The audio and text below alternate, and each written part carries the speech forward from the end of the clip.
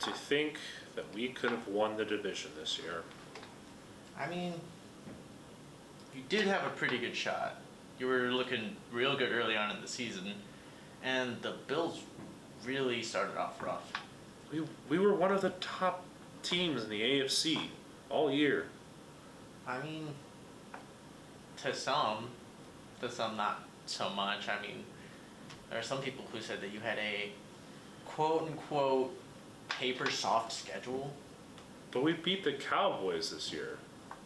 Yeah, but you did lose to every other team over 500. Wins are wins. I feel like I hear that too much.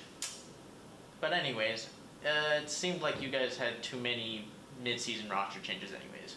Yeah, and then everyone just decided to go get injured. I don't know.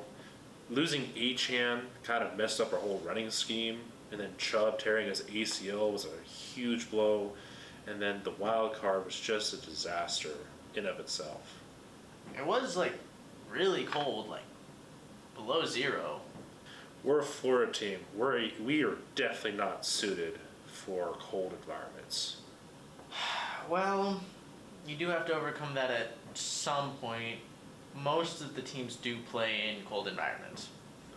Yeah, whatever. It's okay.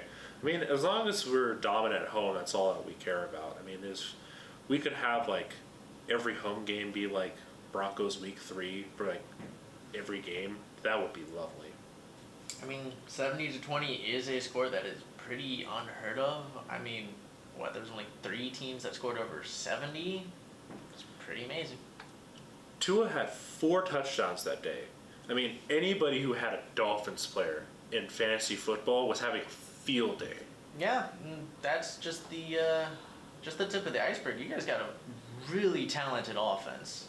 I mean, Hill, Waddle, Mozart, Jeff Wilson Jr. I mean, the list goes on.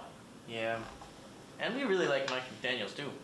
The whole story of him stealing one of his players' girls and then marrying her 4 years later.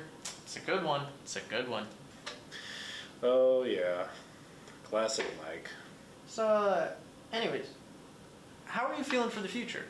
I mean, the Bills aren't going to be any good because they kind of lost a few of their players, and we just signed Tua to a pretty large contract. So, safe to say that we'll probably be contending, at least for a little bit longer.